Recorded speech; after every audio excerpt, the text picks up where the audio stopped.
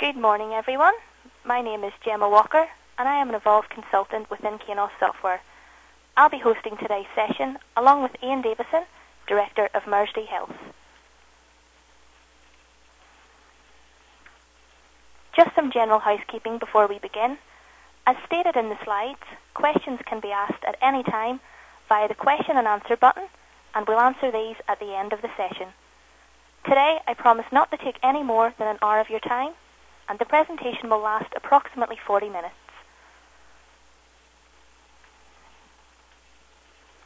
So firstly, what I'd like to do today is give you an idea of the things we expect to cover off in the session.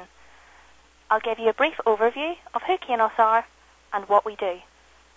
We'll then hand over to Ian Davidson, who will discuss the problems facing mental health trusts in their quest to manage patient records. And we'll look at some of the key requirements trusts have around solving these problems before discussing how Evolve can help.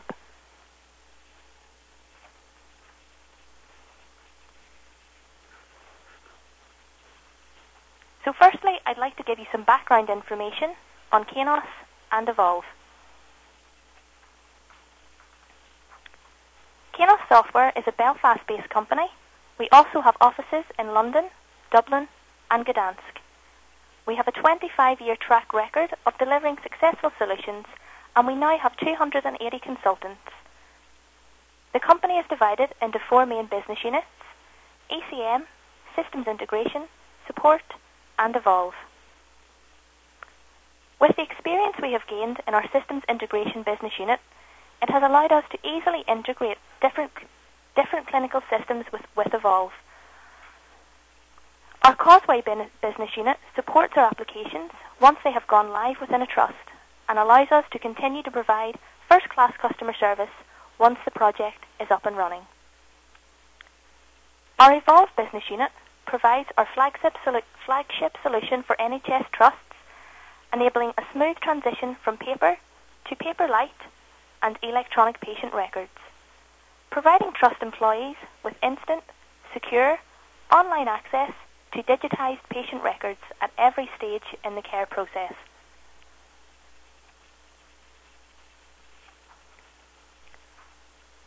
Our first implementation of Evolve began back in 2008 at Ipswich Hospital. Backscanning of old patient records was a priority, as space and storage of old records had become a major concern. Ipswich had 500,000 records in the library, and this was growing by 150 new records a week. They were pulling 45,000 records a month, plus 3,000 for A&E. The first 3 steps in the Ipswich implementation were to work with existing paper. This included scanning legacy notes and carrying out forward scanning for new patients. We wanted to make the paper work more intelligently, using OCR to make scanned content searchable and barcoding any paper that was printed out. The third step was to remove the paper through the use of Eforms and workflow, but we'll touch more on these processes later in the presentation. We've since implemented or are currently deploying Evolve in a range of trusts, including Ipswich, Lancashire Teaching Hospitals, Bradford and West Suffolk. I'd like to take a moment now to introduce Ian Davidson.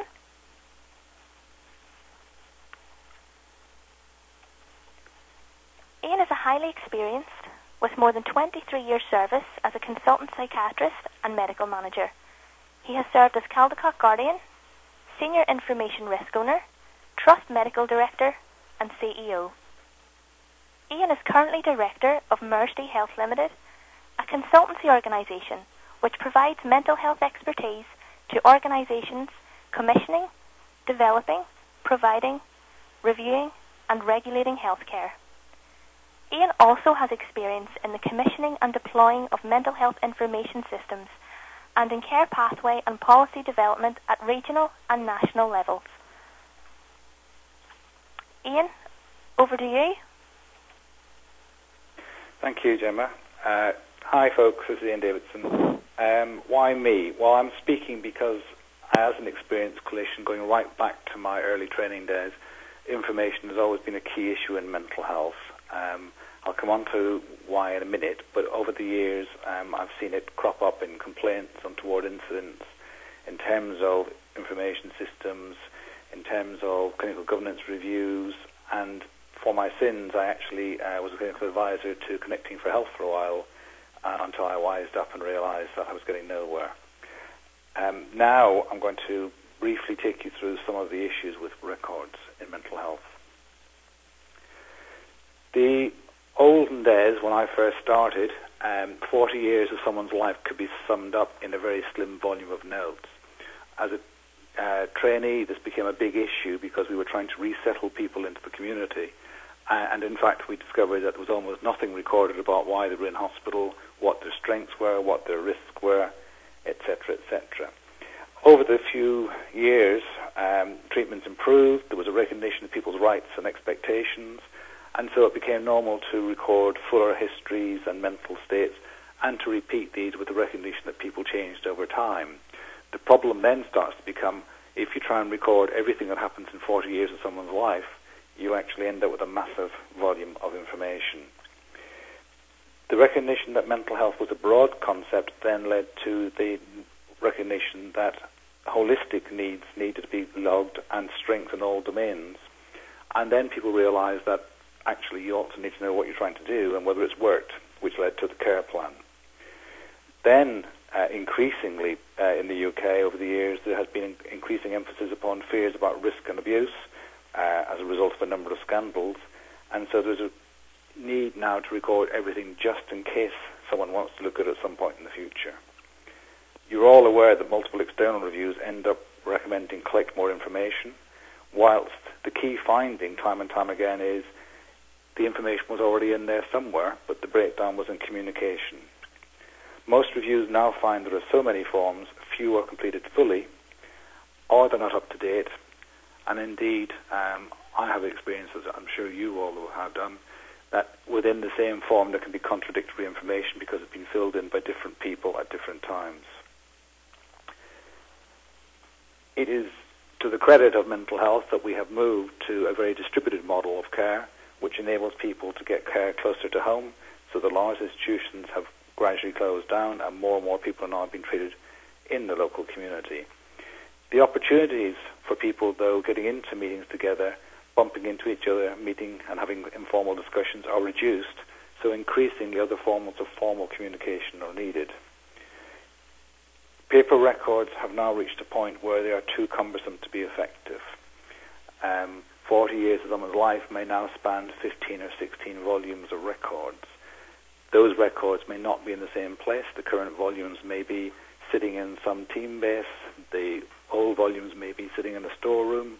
The patient may end up with the CMHT in one place, a crisis team based in another, A&E another, and inpatient beds in another.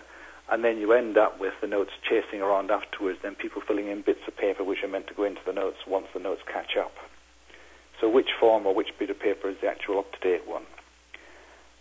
The other big issue with paper records is copying. Time and time again, when you do reviews, investigations, you find that key information wasn't accurately logged from one form to another, and so the history is gradually lost or incorrect information is introduced. Crucially, from a clinical point of view, there is also great difficulty in being able to find what has been tried in terms of interventions, what worked and what didn't. Safety and security are very important in mental health. Time and time again, this is the outcome of investigations. Just this week, which I don't believe were mental health, the ICO, the Information Officer, published 2 reports, one about an unencrypted USB being lost with patient records on it in Surrey and Sussex, and one in London where allegedly 10,000 records were put in the wrong storeroom and destroyed. As you appreciate in mental health, if you lose old volumes, if they get destroyed, if they get lost, if they get burnt in a fire, you've got an awful lot of lost information. In terms of people with technical bent and people like me as a senior information risk officer can sometimes look as though they're acting to prevent any information getting out anywhere, whereas we all know that in terms of clinical practice, the best care in mental health requires good information sharing. Each time someone has to access another source of information, they're less likely to bother to look at the information. If a care plan's in one computer and you have to log into that one, but other bits are in a paper file which is perhaps locked in the filing cabinet in the team base, and in other bits, for example, blood results, x-rays, maybe in an acute hospital system which requires a separate login, the chances of someone pulling all that together in a 15 or 20-minute outpatient clinic is virtually negligible. So there's security but no safety.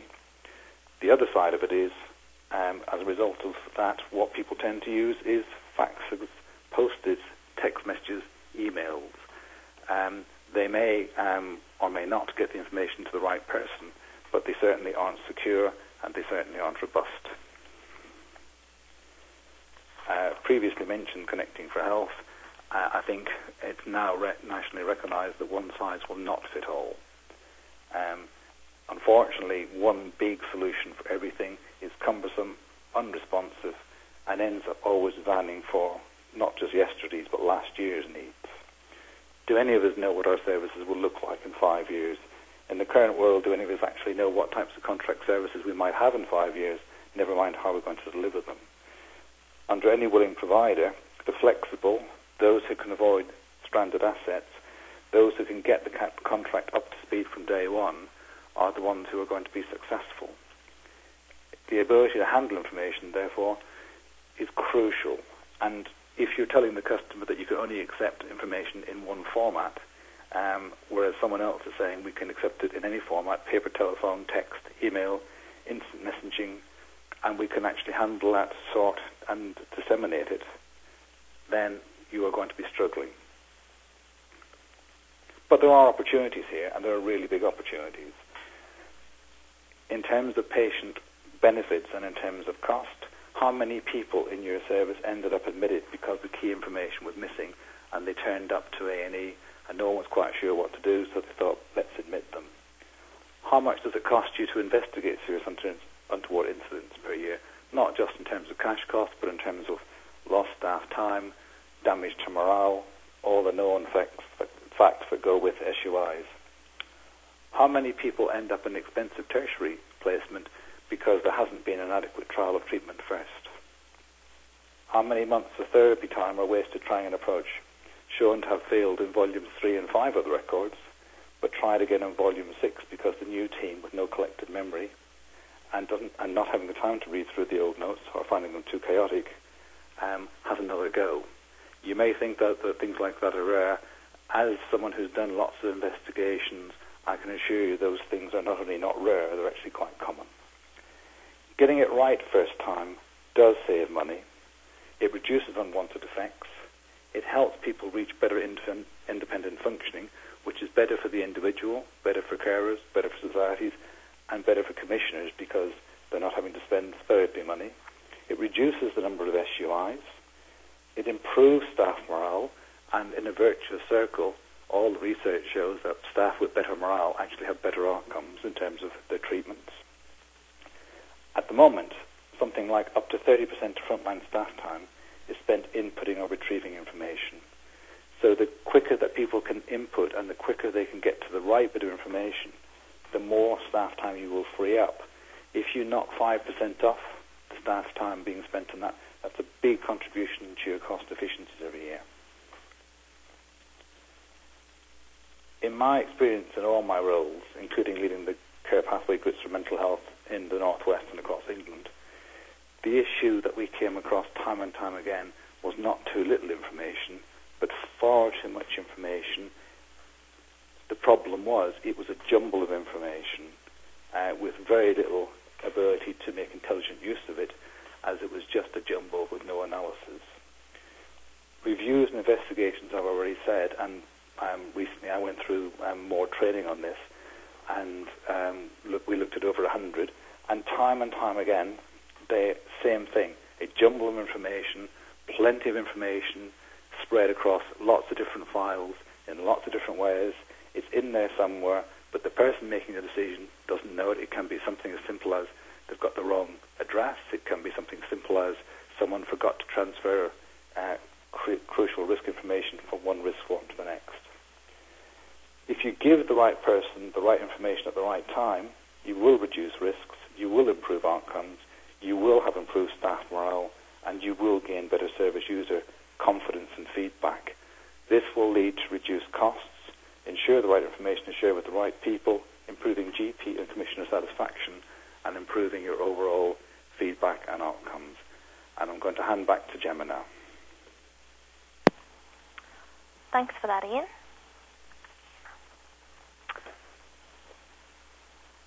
Okay, so what we want to do is review some of the key problems that we've identified.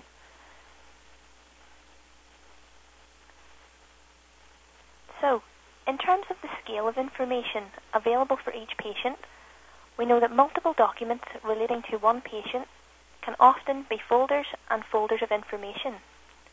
These can be located in multiple areas. We have to ask the question, whose time are we taking up when trying to locate and use this information to allow us to treat the patient in the most effective manner? In terms of the physical paper case note, how effective is this when we are searching for information in an emergency or for a progress meeting? For example, if a patient is admitted to A&E in an acute setting, how often are there requests for that patient's mental health status? Where is the paper case note, and how long will it take us to locate the information? To provide an excellent standard of care, all of the mental health info relating to that patient should be available as soon as possible. With regards to the safety of the patient case note, paper records currently have a high risk of loss or damage, with the need to constantly relocate records from A to B. There is rarely a physical backup for these records, and they are not secure in terms of audit purposes. A patient access request can be costly and time-consuming to locate. Finally, it can be difficult to find specifics in larger cases where there has been an accumulation of information over a period of time, meaning that key information to support decision-making can be lost. In the event of a failure of care, this can be costly for the trust if they were aware of some aspect of the patient's condition which would have influenced the patient's treatment in a different direction but was unavailable during the decision-making process. Now it's time for our poll. We'd like to ask your opinion on what you feel would improve your management of patient records. And while you're considering that, we'll take a look at some of the requirements we've identified.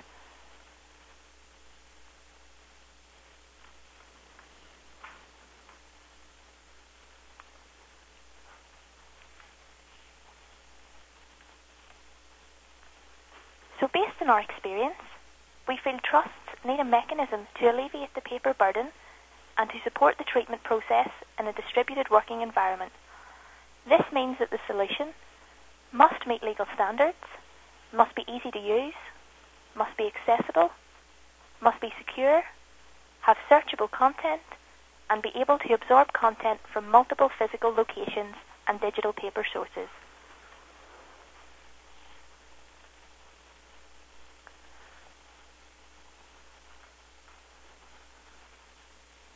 Okay, so hopefully over the next few slides, we can show you how Evolve can help alleviate some of those problems. Okay, we'll come back to the poll results in a short while.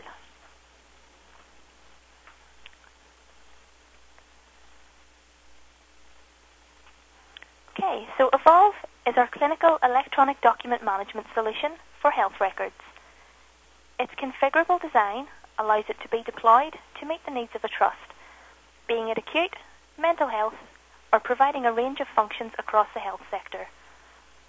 The Evolve process includes a scanning process which captures existing paper case notes and transforms them into intelligent, searchable, electronic patient case notes to be held in a central repository and connected to real-time data from other trust systems, such as the PAS.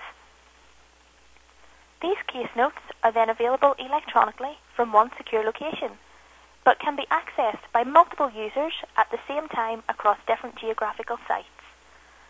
Once captured digitally, the risk of patient case notes being lost, in poor order, or having sections missing is significantly reduced. This aids and improves the standard of care.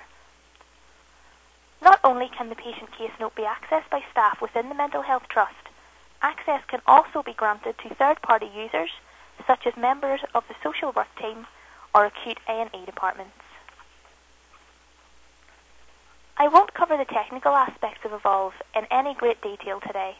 However, this slide gives us an idea of the different areas of functionality within Evolve. In order to capture, paper notes are scanned, electronic documents are added, and we also integrate with other hospital systems.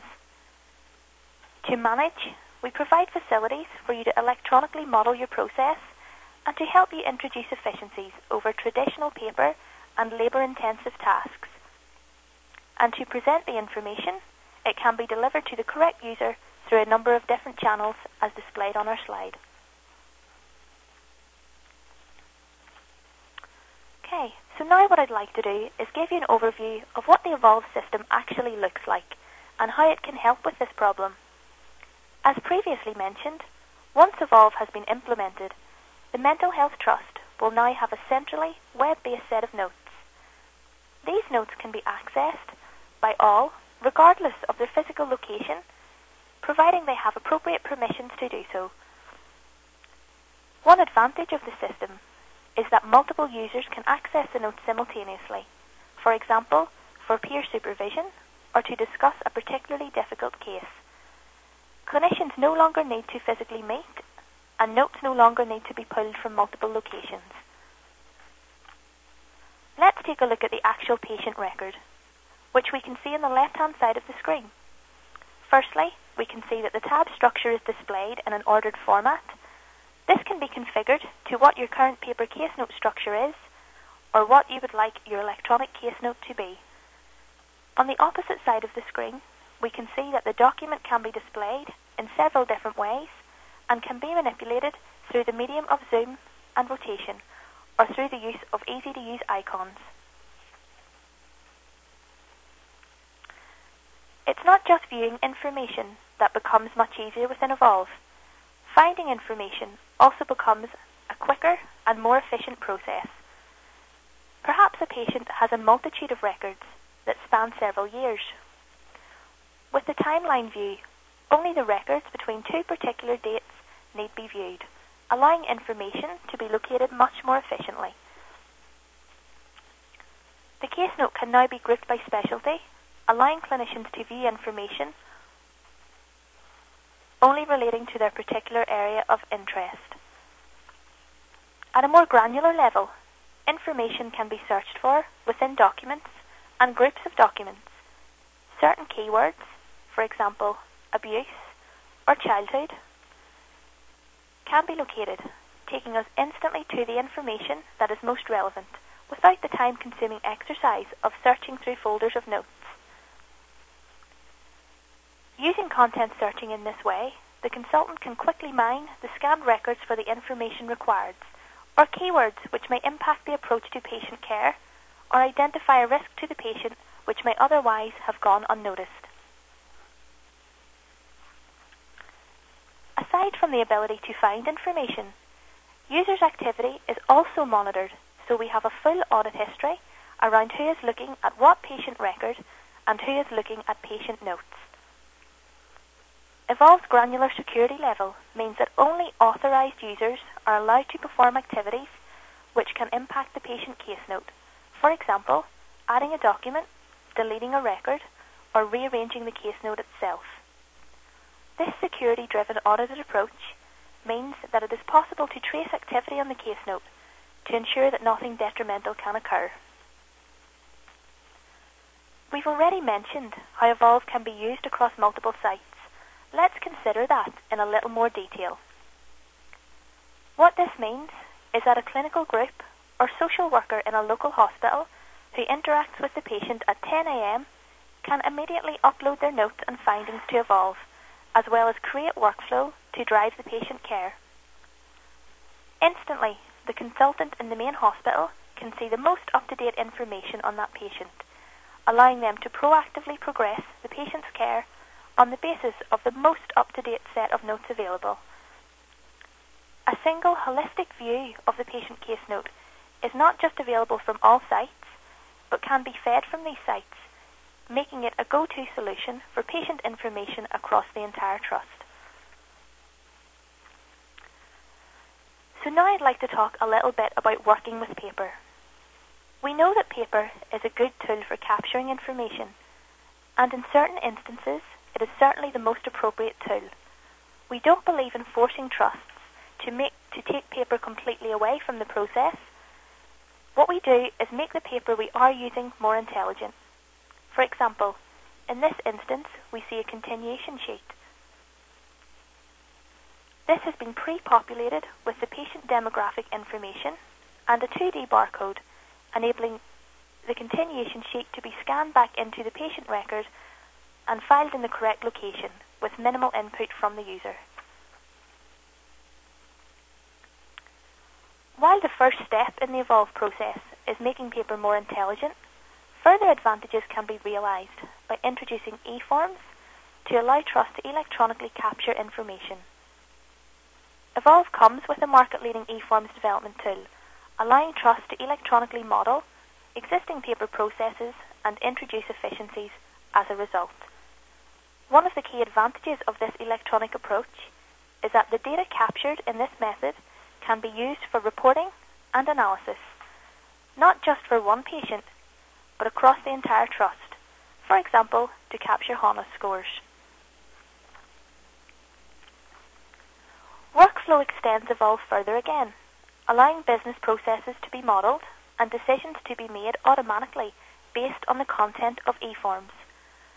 With new documents being added to the patient record and other external activities using workflow, a trust can create process and efficiencies where labour-intensive paper trails are currently the norm.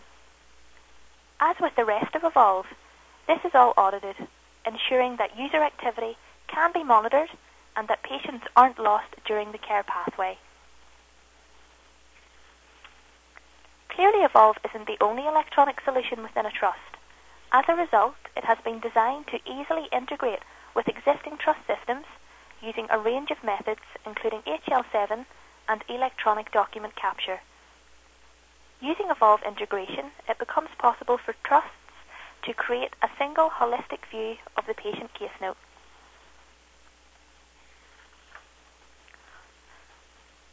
As with the integration approach discussed on previous slides, Evolve can easily be embedded into Office products such as Word and Outlook. Using this integration approach allows documents to be easily added to the patient case note and shared securely among authorised staff. Further, the natural extension of Evolve into the corporate side of the trust can be easily accommodated.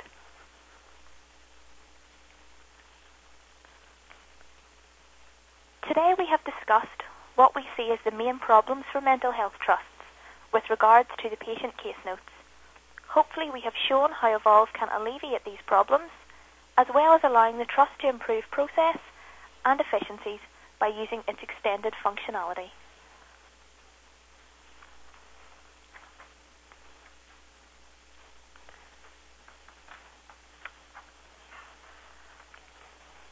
So just to return to our earlier poll, the overwhelming result is that most people will see the best improvement in their service by quickly finding and searching for a record. Physical space is also an area of concern. And what I'd like to do now is have a look to see if we have any questions, and I'll do my best to answer as many as possible in the time available.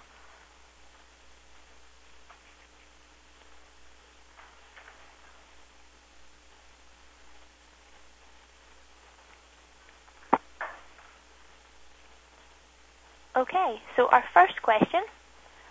Our trust uses DATAX for risk and compliant management. Can Evolve interface with this system? Yes, Evolve can take a feed from DATAX and most other third-party systems. It can copy DATAX records associated with an identified patient into a specified folder in the patient's record.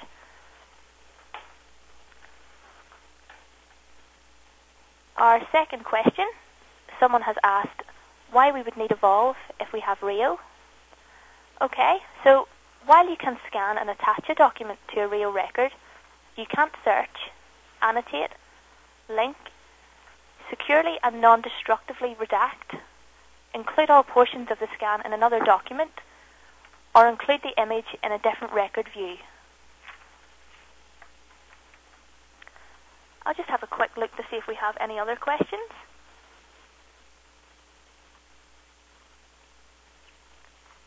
If anyone else has any questions, if you'd just like to submit them now.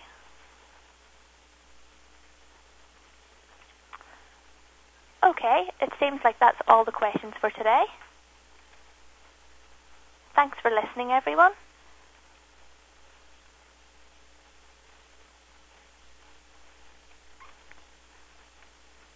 That's our contact details if you'd like further information about Evolve. And that concludes our presentation for today. Thanks for listening, everyone.